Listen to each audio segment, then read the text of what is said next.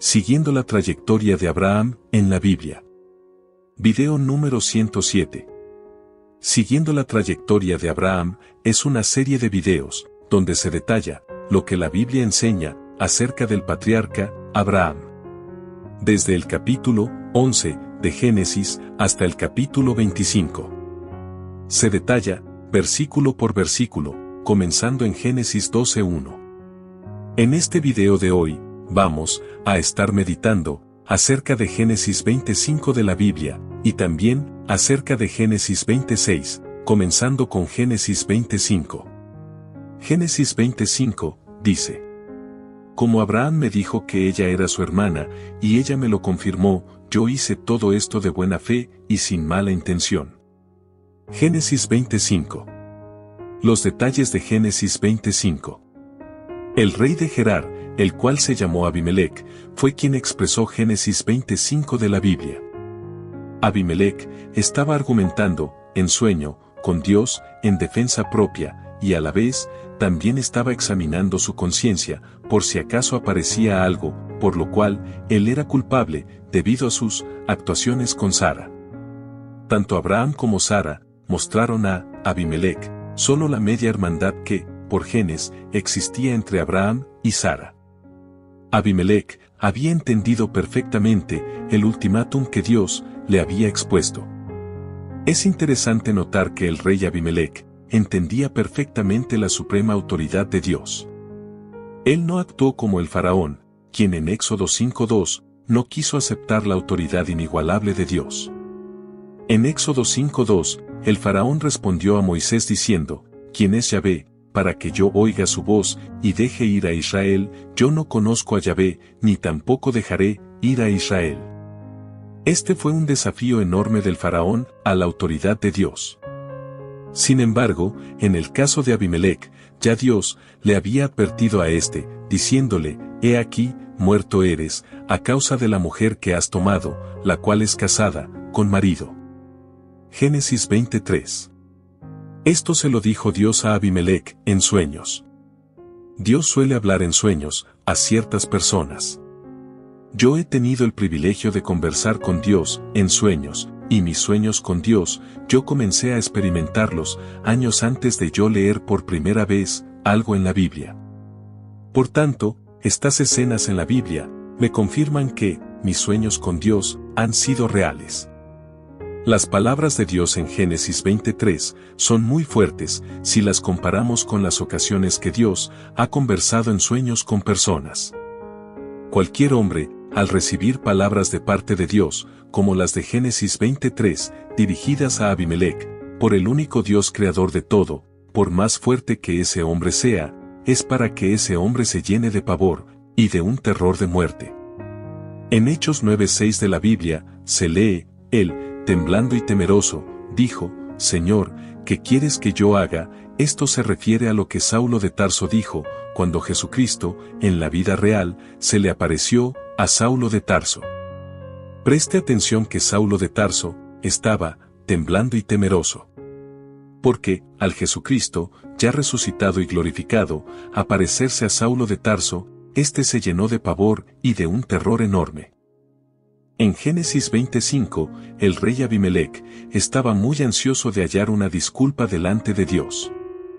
Vemos que Abimelec, personalmente, actuó de abogado, en su propia defensa, delante de Dios. El examen que Abimelec se hizo, a sí mismo, le indicaba que él era íntegro de corazón y limpio de manos. Abimelec quería indicar que él no tenía intención de cometer adulterio, porque él desconocía la relación matrimonial que unía a Sara con Abraham. Él se sentía limpio de manos, como Pilato, porque no llegó a cometer ningún acto dudoso o perverso con Sara. Por tanto, según la propia declaración de Abimelec, él no había hecho nada malo, ni de pensamiento, ni de acción. Abimelec no era culpable intencionalmente por haber capturado a Sara con la intención de desposarla. En eso no hay duda de la inocencia de este rey. Pero, ¿era Abimelec totalmente limpio de pecado? Es decir, ¿realmente ese rey había cometido algún crimen? Si cometió algo malo, ¿cuál fue el crimen de este rey? Génesis 21 dice que Abraham y su séquito habitó como forastero en Gerar. Y este territorio constituía el reino del rey Abimelec. Cuando Abraham y Sara llegaron como extranjeros a Gerar, los habitantes del lugar, lo que más les interesó saber de ellos, fue qué vínculo unía a Sara y a Abraham. Tal vez eso sucedió, debido al gran atractivo que se radiaba de Sara. Pues Dios la mantuvo, la más bella entre las mujeres, y eso despertó a los varones de Gerar un gran interés físico por Sara. Y quizás admiración hacia ella, de parte de las mujeres del lugar. Ya dijimos que por lo que dice Génesis 18, 13 a 14, Sara tiene que haber sido rejuvenecida, para que ella pudiera concebir, dar a luz y dar de pecho a su futuro hijo. Y como una consecuencia de esto, todo el cuerpo físico de Sara manifestó un rejuvenecimiento total en hermosura. ¿Cómo sucedería esto? Simplemente porque esa fue la voluntad de Dios. Para el tiempo de estas escenas, Sara tenía 89 años de edad, y hay que esperar que el rey de Gerar, Abimelec, no se iba a enamorar de una anciana de 89 años. Los ojos de Abimelec, posiblemente, lo que veían, era una mujer de 28 años de edad. En comparación con el rejuvenecimiento de Sara, los musulmanes creen que José el hijo de Jacob, por voluntad de Dios, oró por Zuleika, la viuda de Potifar. Y Dios rejuveneció a Zuleika.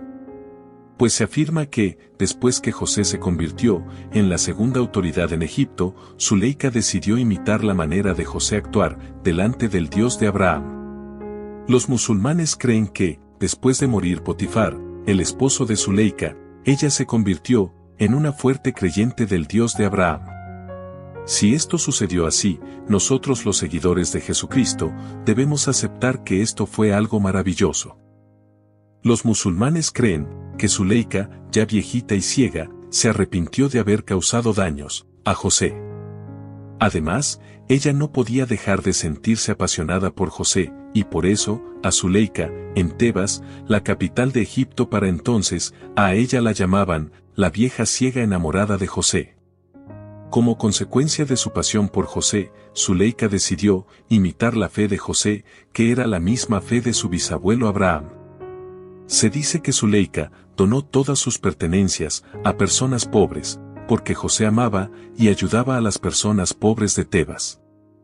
Se dice que, debido al cambio radical y espiritual de Zuleika, Dios ordenó a José a que orara por ella, y José pidió a Dios que la rejuveneciera, como Dios hizo con Sara, y le permitiera recuperar la vista.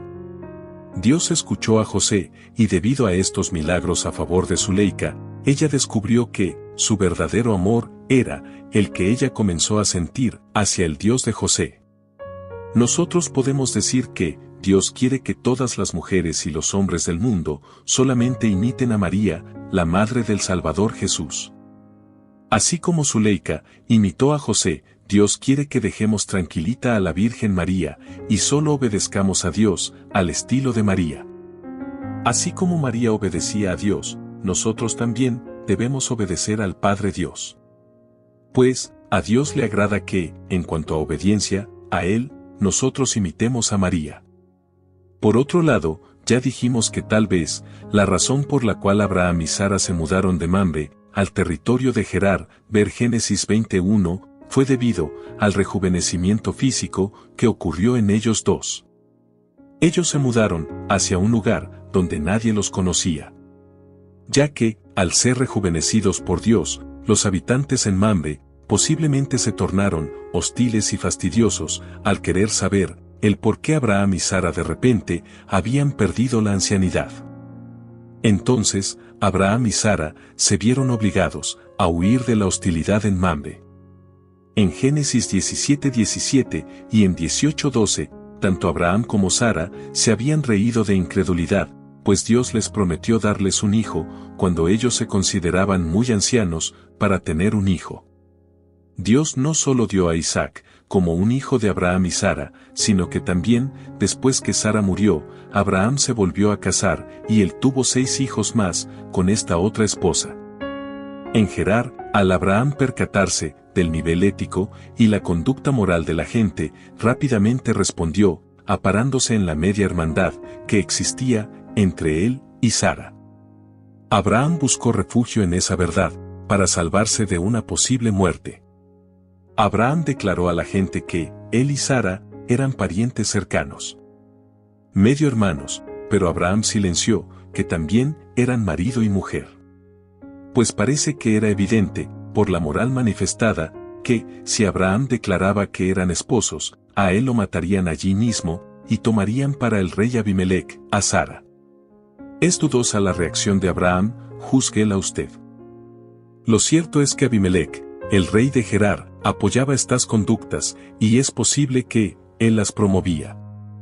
Abimelech, aunque tenía ciertos conocimientos sólidos de Dios, gobernaba un pueblo sumergido en la sordidez. Y estaba muy alejado de los 7 mandamientos naturales que las naciones debían respetar. Es en esto donde estuvo la culpabilidad de Abimelech, y es sobre esto que Dios no podía aceptar que ese rey se declarara totalmente inocente, ya que era absolutamente responsable y culpable delante de Dios, de la bajeza espiritual de su pueblo. Hasta aquí con Génesis 25. Ahora, vamos a meditar acerca de Génesis 26. Este versículo dice, y le dijo Dios, en sueños, yo también sé que, con integridad de tu corazón, has hecho esto. Y yo también te detuve de pecar contra mí, y así, no te permití que la tocases. Génesis 26. Los detalles de Génesis 26. En la Biblia, la palabra integridad significa completo e inocente. También, de este vocablo se derivan, en la Biblia, las palabras perfecto y rectamente. Debido a que el corazón de Abimelech estaba limpio en cuanto a sus acciones con Sara, Dios lo guardó de cometer peores pecados. El poder de Dios para proteger puede guiar aún a un rey pagano. A pesar de la falla de Abraham de confiar en Dios en esta situación, el Señor no lo abandonó. Dios no iba a permitir que Abimelech tocara a Sara. Pues, de aquel vientre de ella, saldría el hijo de la promesa, de quien eventualmente vendría el Mesías de Dios. Yahvé no iba a dejar esto en las manos de un hombre. En esta situación, Abimelech hubiera cometido adulterio, lo cual es pecado. Sara fue una mujer escogida especialmente por Dios para cumplir una misión especial referente a las promesas abrahámicas. Para Dios, era importante que esta mujer se mantuviera íntegra, espiritual y físicamente. Esto, Dios se lo dio a entender a Abimelech, cuando le dijo, «He aquí, muerto eres, a causa de la mujer que has tomado, la cual es casada con marido», versículo 3. Fíjese que Dios no le dijo a Abimelech, «Morirás si toca a Sara», sino que le dijo, «Muerto eres». Abimelech fue protegido por la misericordia de Dios, y puesto que Abraham oró a Dios a favor de Abimelech y los suyos, ver Génesis 27, es como si Dios, espiritualmente, los resucitó. Moisés recibió las tablas con los 10 mandamientos, unos 600 años después de esta escena en Génesis 26. Sabemos que uno de los mandamientos es respetar la mujer ajena. Aquí está claro, si Dios, por sueños, reveló al pagano Abimelech lo que es el adulterio, antes de ser dada la ley en forma escrita, ¿será que Dios no revelaba oralmente a los hombres acerca de las leyes contra el pecado? Antes de Moisés, lo revelado por Dios era por sueños. Sin embargo, notamos que las leyes de Dios existían en los tiempos de Abimelech. Simplemente, las leyes no habían sido dadas por escrito. Las leyes estaban escritas en los fieles de Dios, en sus mentes y en sus corazones. Podemos decir que Dios como autoridad suprema, juzgó a Abimelech, muerto eres, por el crimen capital de adulterio. Sin embargo, Dios halló a Abimelech inocente de este delito, y por eso su sentencia de muerte, esta vez, fue revocada. La segunda parte de Génesis 26, dice, «Yo también te detuve de pecar contra mí, y así no te permití que la tocases». Aquí tenemos un caso claro, en donde Dios detuvo a Abimelec de pecar, impidiendo que hiciera lo que de sí mismo hubiera hecho. Un ejemplo como este en la Biblia lo tenemos en 2 de Crónicas 17:10, donde Dios detuvo el pecado. Mucha gente se pregunta, ¿por qué entonces Dios no detiene el pecado siempre? Veamos. La respuesta bíblica apropiada es que el pecado es usado para manifestar mejor la sabiduría y los buenos propósitos de Dios.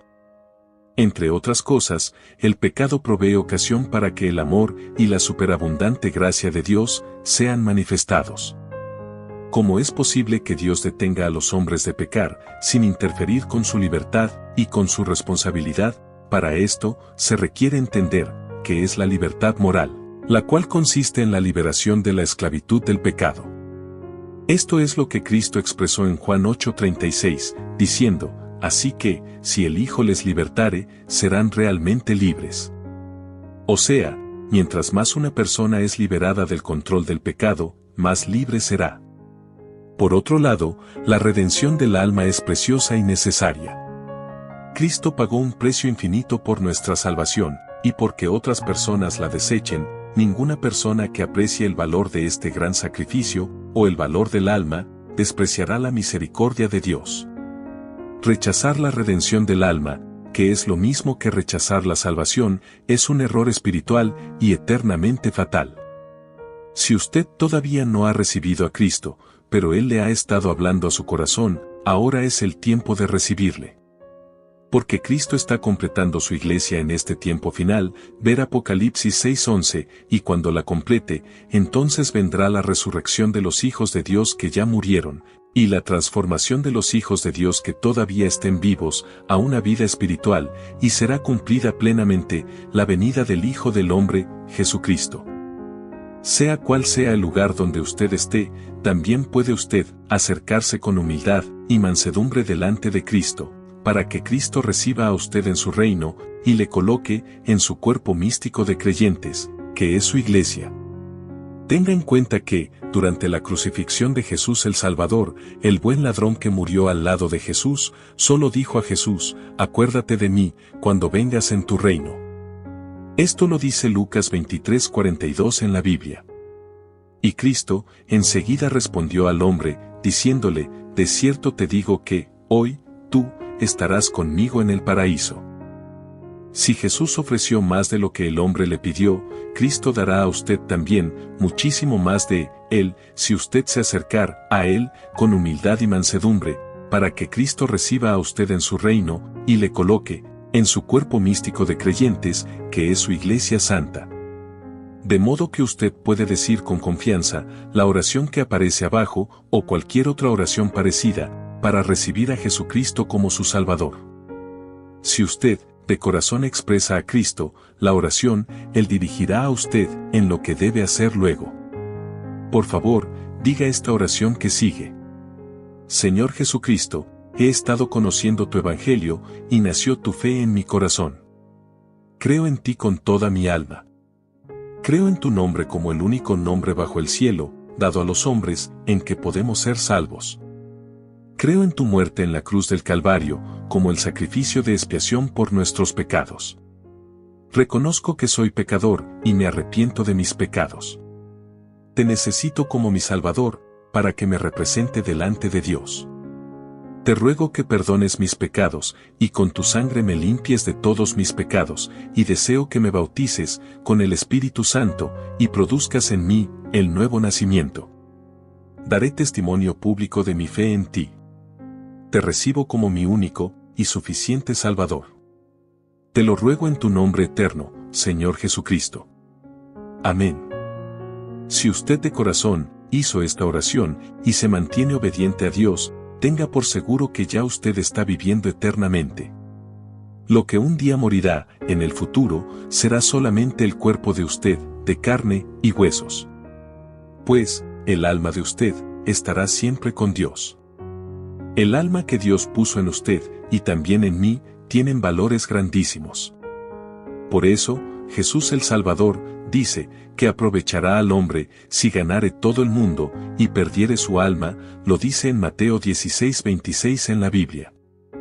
Y también, Jesús dice yo soy la resurrección y la vida. El que cree en mí, aunque muera, vivirá, en Juan 11:25. De modo que, si estamos en armonía con Jesús el Salvador, el morir se convierte en vivir. ¿No es esto una ganancia? De todas maneras, nadie puede escaparse de la muerte natural. ¿Por qué aquellas personas que no creen en Dios no pueden visualizar esta ganancia? Hay una razón en esto. La razón es que, el príncipe espiritual de este mundo, Satanás, hace que la mayoría de las personas no decida apoderarse de esta ganancia tan grande. Por eso, Jesús el Salvador dice que, pocas personas, hallan, el camino y la puerta que llevan, al cielo de Dios. Lo dice, en San Mateo 7:13-14. Satanás, y sus demonios, logran que solo algunas personas, hallen el camino, y la puerta que conducen hacia Dios. Que es pocas personas en un grupo de 100 personas, tiene que ser menos de 50 personas. Satanás y sus demonios operan en este mundo de tal manera que la mayoría de las almas tienen como destino un final fuera del reino espiritual de Dios y de Jesucristo. La misión principal de Satanás y de sus demonios es hacer que todas las almas humanas tengan como destino final el ambiente espiritual de Satanás. Y ese lugar, después que Dios encierre para siempre a Satanás, será terriblemente horrible. Es que llegará el día cuando Dios va a pasar factura a Satanás y a los demonios. Por eso, Apocalipsis 20:10 en la Biblia, dice, el diablo que los engañaba, fue arrojado al lago de fuego y azufre, donde también están la bestia y el falso profeta. Y serán atormentados día y noche por los siglos de los siglos. En esta declaración de la Biblia, también estarán incluidos los demonios, los satanistas, los brujos, las brujas, los santeros, y las personas que, en este mundo, han sido, y serán desobedientes, a Dios, hasta el punto que tendrán, al lago de fuego, y azufre, como el destino final de ellos. De ahí es que, según la manera como nos comportemos con Dios, y con Jesucristo, usted y yo seremos los que decidiremos, si nuestro destino final será el lago de fuego y azufre, o el reino de amor y gozo de Jesucristo. Ese lugar del que habla Apocalipsis 20:10, el lago de fuego y azufre, donde estarán encerrados Satanás y sus secuaces por toda la eternidad, será terrible. Así que no debemos esperar más, unámonos a Cristo Jesús, y vivamos para siempre con Él. Que Dios bendiga a usted ricamente.